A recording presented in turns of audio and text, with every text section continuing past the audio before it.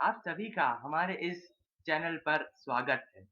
आज मैं श्रीमद् भगवत गीता महापुराण का द्वितीय श्लोक करने जा रहा हूँ। वैसे तो इस श्लोक का शाब्दिक अर्थ निकाला जा सकता है, किंतु इस सांसारिक जीवन से रिलेट कर पाना बहुत कठिन है, क्योंकि इस हर श्लोक गीता के हर श्लोक का इस जीवन से रिलेट कर पाना बहुत कठिन कार्य है। किंतु मैं प्रयास करूंगा। तो आइए चलते हैं। नमस्कार मित्रों, मैं आपके समक्ष आज से अपनी वीडियोस डालना प्रारंभ कर रहा हूँ। अगर आपको मेरी ये वीडियो अच्छी लगी तो आप इस वीडियो को लाइक एवं शेयर करें और हमारे फैक्टफुल इम्पैक्ट चैनल को सब्सक्राइब करें और बेल आइकन दबाना मत भूलें, जिससे अपकमिंग वीडियोस की नोटिफिकेशन आपको सबसे पहले प्राप्त हो। तो चलिए आज की वीडियो शुरू करते हैं। मैं आप सभी को एक और बार बताना चाहता हूँ कि मेरी पहली वीडियो जो श्रीमद् भगवत गीता प्रथम श्लोक अर्थ सहित है, जिन लोगों ने वो वीडियो नहीं देखी है, तो उनके लिए मैंने वो वीडियो की लिंक होती है वो डिस्क्रिप्शन में डाल रखी है, तो चेक कर लीजिएगा। अब हम अपनी वीडियो का शुभारंभ करते हैं। हम वीडियो की शुभारंभ द्वितीय श्लोक के पाठन से करेंगे। तो आइए चलते हैं। द्वितीय श्लोक कुछ इस प्रकार है। दृष्ट्वां तु पाण्डवनीकं व्यूढं दुर्योधनस्तथा आचार्योपसंगम्य राजा वचनं ब्रवीत। आप इस श्लोक का अर्थ अभी यहाँ नीचे देख सकते हैं। इस श्लोक का अर्थ है, यह श्लोक संजय ने कहा है। उन्होंने कहा अपने राजा धृतराष्ट्र से कि हे राजन, दुर्योधन ने पांडवों द्वारा व्यूह रचना देखकर अपने गुरु के पास गया और उनसे ये वचन कहे। आप सभी देख रहे होंगे कि जो है जब मैं ये वीडियो बना रहा हूँ तो मुझे हिचकिचाहट हो रही है। तो ये जब यूट्यूब चैनल शुरुआत करते हैं तो ये होती रहती है। इसलिए आप इस हिचकिचाहट पर ध्यान मत दीजिएगा। चलिए आप आगे चलते हैं। इसका अब तात्पर्य जानते हैं। अर्थ और तात्पर्य में बहुत अंतर होता है। अर्थ शाब्दिक अर्थ बता रहा है, तात्पर्य हमारे इस रियल लाइफ से जो उस श्लोक को हमें जोड़ेगा। अगर आपको अर्थ और तात्पर्य पर अलग-अलग अर्थ पर मुझसे एक वीडियो चाहिए तो आप कमेंट सेक्शन पर लिख के भेज सकते हैं। तो अब मैं इसका तात्पर्य बताता हूँ। अब इस श्लोक का तात्पर्य है कि वैसे ये सबको पता है कि धृतराष्ट्र जन्म से अंधा था। वैसे ही उसके दुर्भाग्य से वह आध्यात्मिक दृष्टि जो संजय को प्राप्त थी उससे भी वंचित था। वह यह भी जानता था कि उसी के जैसे उसके पुत्र भी धर्म के मामले में अंधे ही हैं और उसे विश्वास था कि वे पांडवों के साथ कभी भी समझौता नहीं कर पाएंगे, क्योंकि पांचों पांडव जन्म से ही पवित्र थे। फिर भी उसे तीर्थ स्थल के प्रभाव के विषय में संदेह था। इसलिए संजय युद्ध भूमि की स्थिति के विषय में उसके प्रश्न के मनःस्थिति, मतलब जो उसके मन में स्थिति जिस कारण ये प्रश्न उत्पन्न हुआ, उसको समझ गया था।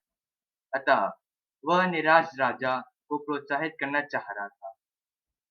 उसने विश्वास दिलाया कि उसके पुत्र भविष्य स्थान के प्रभाव में आकर किसी प्रकार समझौता करने नहीं जा रहे। उसने राजा को बताया कि उसका पुत्र दुर्योधन पांडवों की सेना को देखकर तुरंत अपने सेनापति द्रोणाचार्य को वास्तविक स्थिति से अवगत कराने गया। यद्यपि दुर्योधन को राजा कहकर संबोधित किया गया है, तो भी स्थिति गंभीरता के कारण उसे सेनापति के पास जाना पड़ा। दुर्योधन राजनीतिज्ञ बनने के लिए सर्वथा उपयुक्त था, मतलब जो सर्वथा उसके योग्य था। किंतु जब उसने पांडवों की व्यूह रचना देखी, तो अपने भय को छुपा न सका। भले ही उसने उस भय को छुपाने का कूटनीतिक व्यवहार किया, किंतु वह सबके सामने उजागर हो ही गया। इस श्लोक में हमें संजय की विद्वता पर बहुत कुछ पता चला। उसने निराश राजा के मन की जो मनोभावना थी, वो तुरंत पहचान ली। इसलिए उसने उसको प्रोत्साहित करने के लिए उन्होंने ऐसा संजय ने ऐसा कहा है। उसके बाद हमें ऐसे ही दुर्योधन को बुरा नहीं कहते हैं। इस श्लोक में भी कहा गया है कि जो है उस वो पांडवों की व्यूह रचना को देख के उसके अंदर भय उत्पन्न हुआ। तभी जो है वो द्रोणाचार्य के पास गए और जब उनसे ये वचन कहे। इसका मतलब वो राजा होते हुए भी अपने कूटनीतिक व्यवहार को छुपा ले गया। मतलब जो उसको अभिव्यक्त नहीं कर पाया, तब भी उसके मन में भय आया। इसी कारण जो है उसको जो है कुकर्मी या जो है कुकर्मी कहा जाता है। और अभय जो है एक दैवी संपदा है और जो जिस व्यक्ति में अभय है, वो इस संसार को जीत लेता है। इसलिए हमें हमेशा अभय रखना चाहिए, किसी भी चीज़ से भय नहीं करना चाहिए, चाहे वो सांसारिक वस्तु कोई भी हो। हमें किसी चीज़ पे अभय रहना चाहिए, भय नहीं करना चाहिए। बस एक चीज़ से भय करना चाहिए कि पाप हमें नहीं करने हैं, हमें हमेशा पुण्य की ओर अग्रसर रहना है। मैं आप सभी को एक बार रिमाइंड करा देता हूँ या फिर एक बार पुनः याद दिला देता हूँ कि आप कमेंट अवश्य किया करिए।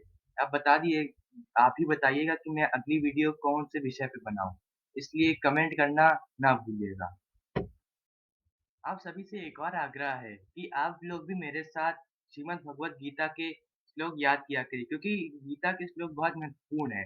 अगर मुँह ज़बानी याद है तो बात ही क्या। इसलिए आप सभी लोग मेरे साथ गीता के श्लोक मतलब गीता के श्लोक याद किया करिए। मैं अपने श्रीमद् भगवत गीता के वीडियोज़ की जो श्लोक की मैं वीडियो बनाता हूँ, उनमें गैप बहुत रहता है। इसीलिए क्योंकि आप सभी लोग उसको याद कर सकें।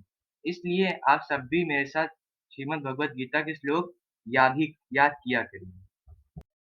अगर आपको ये वीडियो अच्छी तो लगी होगी तो आप सभी लोग इसको लाइक किया करिए। जैसे मुझे पता चले कि आप में से कितने लोगों को मेरी ये इतनी मेहनत अच्छी लगी। और इसको शेयर भी बहुत करिए जैसे इस श्लोक के अर्थ बहुत लोगों को नहीं पता होंगे तो उनको पता होने या होने में मदद मिलेगी। इसलिए इसको शेयर ज़रूर करिएगा और सब्सक्राइब तो करिएगा ही। धन्यवाद।